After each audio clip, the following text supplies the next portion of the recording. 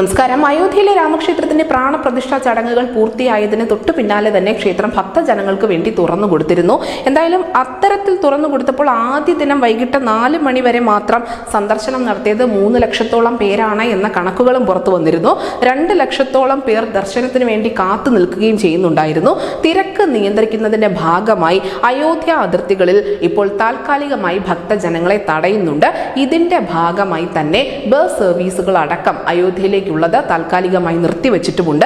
ദിവസവും രാവിലെ 7 മുതൽ ഉച്ചയ്ക്ക് 11:30 വരെയും അതിനുശേഷം 2 മണി മുതൽ വൈകിട്ട് 7 മണി വരെയുമാണ് ഭക്തജനങ്ങൾക്ക് സന്ദർശനം അനുവദിച്ചിരുന്നത്. പക്ഷേ ക്ഷേത്രത്തിന്റെ മുഖ്യ പുരോഹിതനായ സത്യേന്ദ്രദാസ് പറയുന്നത് ഈ തിരക്ക് കണക്കിലെടുത്തുകൊണ്ട് ദർശന ക്രമത്തിലൊക്കെ വലിയ മാറ്റങ്ങൾ വരുത്തുമെന്ന് തന്നെയാണ്. ചൊവ്വാഴ്ച രാവിലെയാണ് പൂജകൾക്ക് ശേഷം ദർശനം ആരംഭിച്ചത് എന്ന് നമുക്കറിയാം. ക്ഷേത്ര പരിസരവും അയോധ്യയും എല്ലാം ഭക്തജനങ്ങളാൽ തിങ്ങി നിറഞ്ഞ അവസ്ഥയായിരുന്നു. വലിയ ജനക്കൂട്ടം തന്നെയാണ് കൊടും തണുപ്പ് പോലും വകവയ്ക്കാതെ അയോധ്യയിലേക്ക് ഒഴുകിയെത്തിയത്.